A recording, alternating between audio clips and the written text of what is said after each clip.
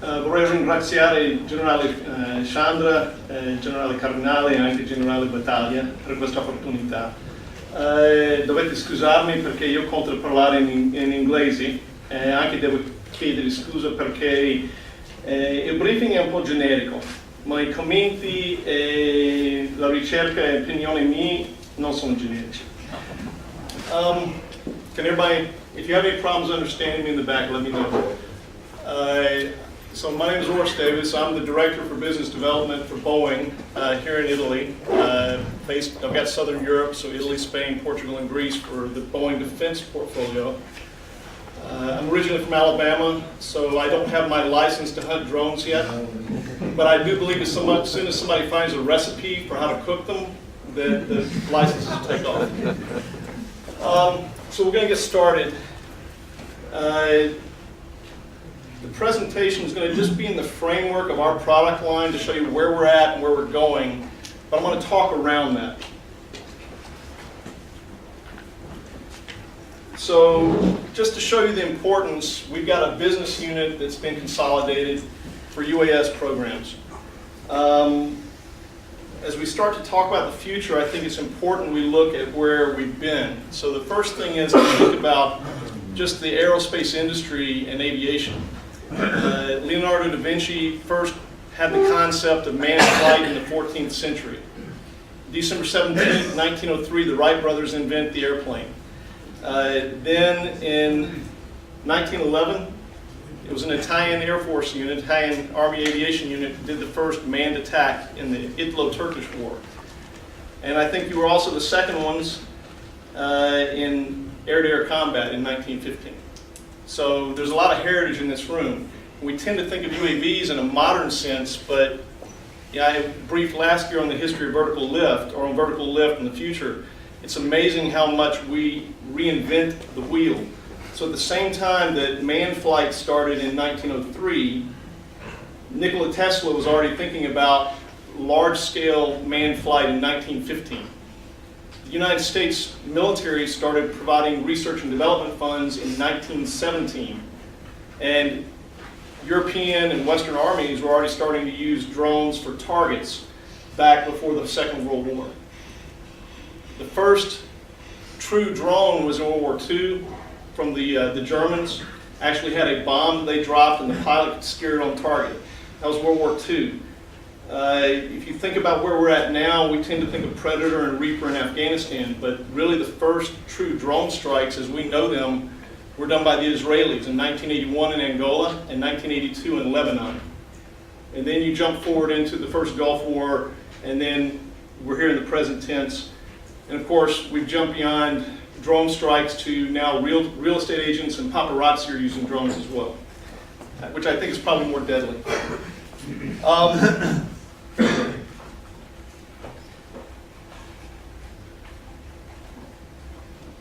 Talking about some of the market drivers. We're going to talk about technology. We're going to talk about the policy drivers. I don't think there's going to be any surprises. Most of the other briefers have already touched on some of these things. And we're going to talk about the market itself. So the UAS manufacturing trends, there's a publication by the U.S. Congressional Research Office in the United States. It's called UAS Manufacturing Trends, dated 30 January 2013. The market itself over the next 10 years is $89.1 billion for the worldwide UAV market. Starting in 2011, the spending annually was about $6.6 billion, and by 2022 it's projected to go to $11.4 billion. Obviously, the U.S. and Israel are the market leaders right now, based on the long heritage and the history. But other developing nations, Italy is starting, internally you've got a culture and technology that's starting to compete worldwide. Chinese, the Japanese, the Koreans, and the Russians are all going to be big in this market as well. So it's going to be very competitive. Everybody wants to go here. We have a saying where I'm from, where there are the fish, you'll always find the fishermen. Well, there's a lot more fishermen coming into this spot. One of the big drivers traditionally has been the U.S. Department of Defense. And I'm not trying to give you a U.S.-centric view, that's just they've invested in the research and technology, and barring the U.S. sequestration, one of the concerns is that going to still drive the same levels of technology, of research and development and implementation? The trends right now would say yes. Over 41% of all the U.S. DoD aircraft are UAVs now, and they have over 7,200. They're projected, again, prior to some of the problems we're experiencing now, to have 53% of the procurement and 62% of the research worldwide by 2022. In comparison, right now Europe is expected to provide 15% of the procurement, but only 3.9% of the production in the current market. I don't currently agree with that, but I think that's a significant indicator. I'm listening to the discussions here about domestic production, national industry. I think that's a very important issue in the UAV debate, because it's also high technology that every nation wants to have this and not be dependent upon another nation. Within the spending, the commercial right now is expected to be less than 2% of that total of $89.1 billion. So the commercial has not even begun to, the potential of the commercial market has not even begun to be explored in its entirety. And then regarding where the money's spent, and I don't think this is going to really change, but about 46% goes for the airframe itself, whatever the air vehicle is. 38% goes for the sensors and the technology aboard or weapon systems, and about 16% for the ground control station. I would assume, it wasn't specified in the documents I read, I would assume that some of that also goes toward the cyber and C4ISR to protect the data and to integrate it back in the GCS. So I'm assuming that's under the GCS. And besides the technology, or excuse me, the market spending, it's also driving new business models. Is it cost effective in the marketplace to pay for and operate and maintain a system, which people really, many countries want to do that, you want to have that, or is it just as effective under certain circumstances just to pay for the data? Data as a service, lease the system or just pay for the data, turnkey and not have to touch it. So these are some of the things for the market that's ongoing, and I think you're going to see more of that. I didn't realize, my territory, I go to Croatia, and one of the U.S. officers there was telling me, for example, the Italian Air Force does the air protection, the fighter cap over Slovenia. They've outsourced their fighter protection to you. I think that I can see that. We talk about data pooling, or excuse me, defense pooling and sharing. I can see that also for the data from UAVs for countries that maybe don't want to have that investment. So this is the Boeing product line right now. We've got tactical UAVs, which go from mini all the way up to tactical and operational. We've got vertical takeoff aircraft, operationally piloted. And then we've got, as General Preziosi mentioned, a high altitude, long endurance. And I'm going to just kind of skim over them as we go forward, but this is just a framework. I'm not trying to sell you anything, but this is where we're at and it's our direction. I will say that I think it covers almost the entire spectrum except for the micro UAVs. And so, just reading an article the other day, the British military has, for the infantry, has gotten to the point where every infantryman has 2 small UAVs called Black Wasps.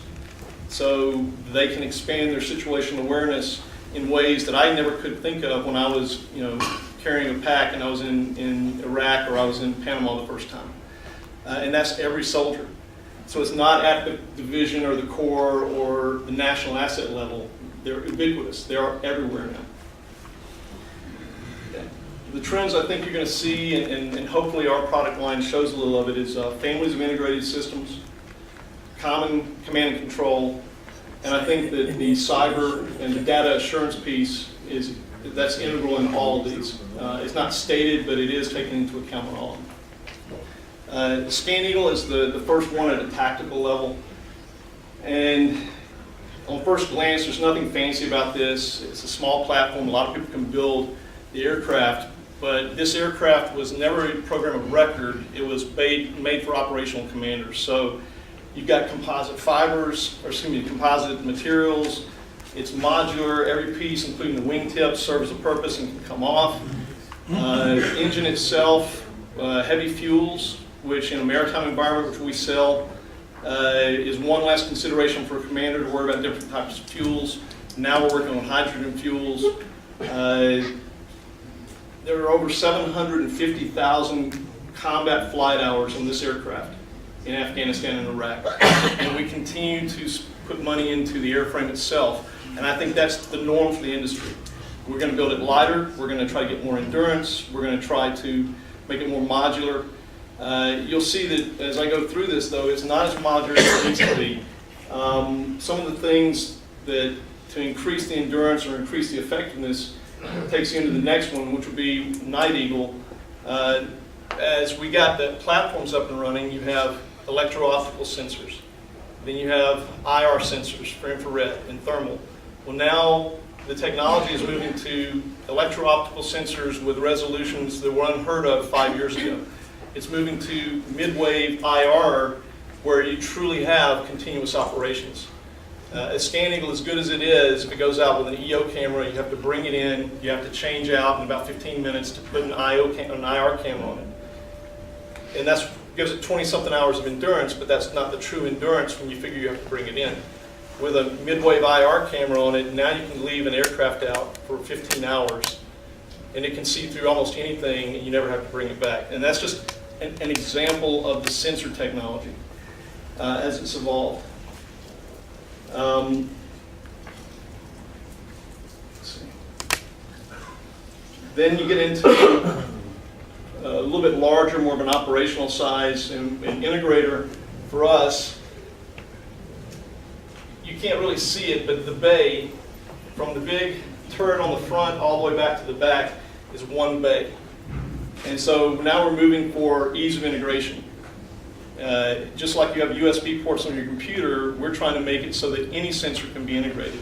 There's been over 114 payloads integrated into it by 60-something different vendors. So we're not trying to make the payloads and the sensors proprietary. We're trying to support anything a customer wants. And I think that's what, you spend the money on an airframe, and the customers want to have SIGINT, ELINT, comment, retrans, visual sensors, modified IR, etc. All that can be changed out. And I think that's, again, the platforms are becoming multi-role platforms. They're not specific platforms.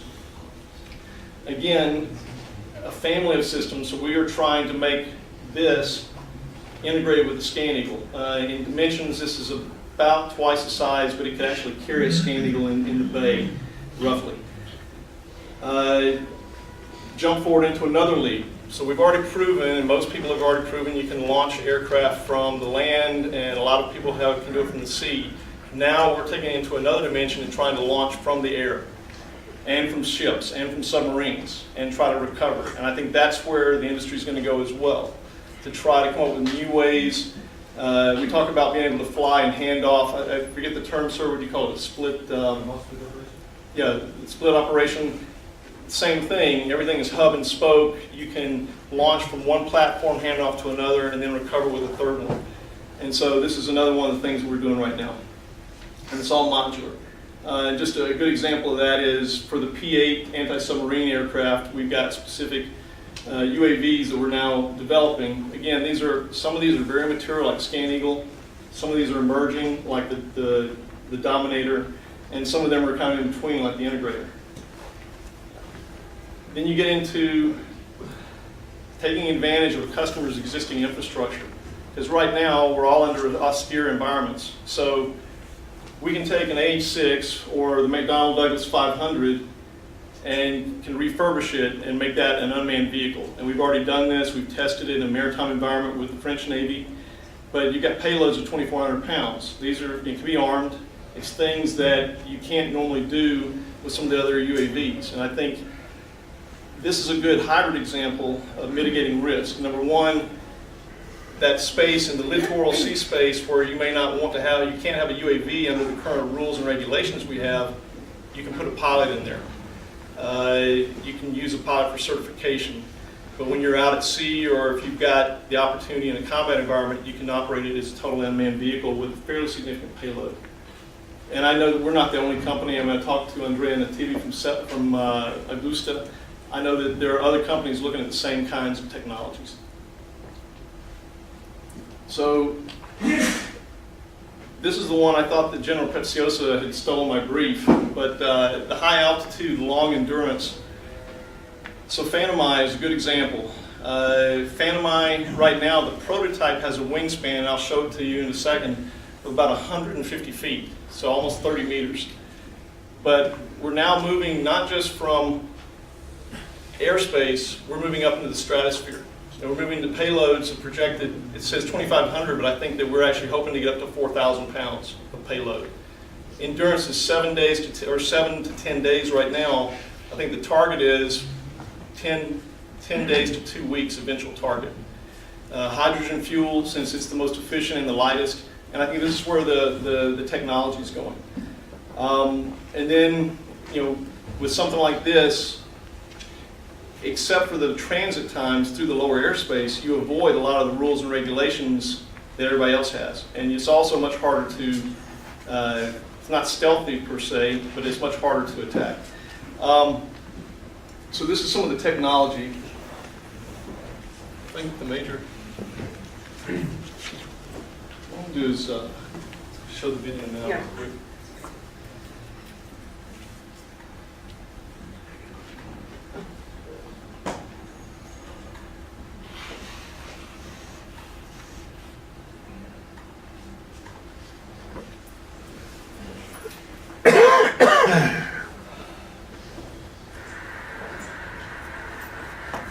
So this is just an example. This is a test flight recently. I think it was the 3rd test flight. Again, this is a 2/3 mock-up or prototype. Projected altitude is supposed to be 65,000 feet operating altitude. So something like this, you could probably put 2 up to cover the entire boot of Italy, I would imagine, if they could stay on station. The reason it has a carriage is to reduce the weight, so as much of the landing gear as possible is jettisoned upon takeoff, and it's going to land just with 1 wheel and a skid, which amazes me. And I think the 2nd test flight had an incident because of that. I think that the skid stuck into the dirt.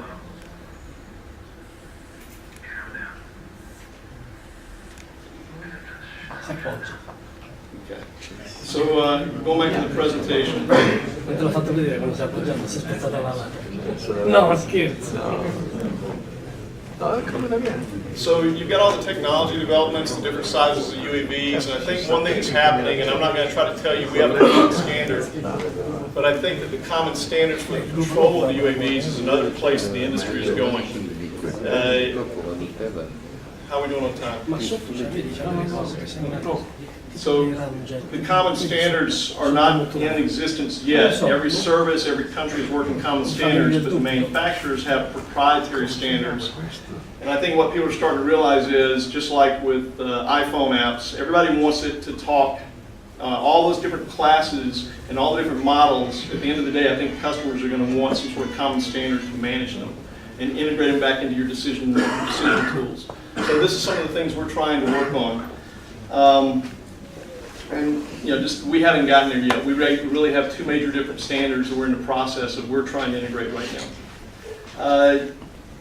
So kind of in closing, I think Moore's Law is going to go forward. The technology will keep advancing the way it always has.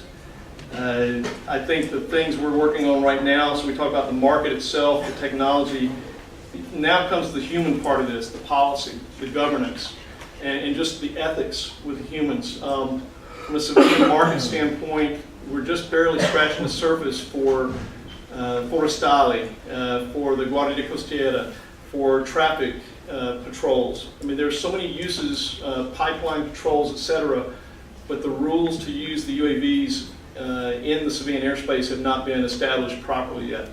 And there are going to be all sorts of incidents along the way. I'm sure there will be. There's also the healthy tension of, do you certify pilots at the same time that the technology may be making it easier to go without the pilots? And I know that that's not a popular subject in here for many people wearing wings on their chest, but it's very real with the technology because it's going to get easier and easier. The Scan Eagle my daughter playing a video game can go and launch a scan eagle and control it. She doesn't fly anything. You just put waypoints on a map. Some of the other stuff that's going to drive, we're working on the technologies to model and control, because I don't think we've thought about in the civilian airspace how you model, control, predict the UAVs in the traffic patterns and the other safety measures outside of the UAV itself. And then one of the things that drives some of this, I mean, we haven't gotten into the civilian aspect, but from a military aspect, the technologies and the tactics of our enemies are changing also. So the first dogfight between a UAV and a manned aircraft, does anybody know when that was? 2012, a Predator versus a MiG-25. The man won, the Predator lost.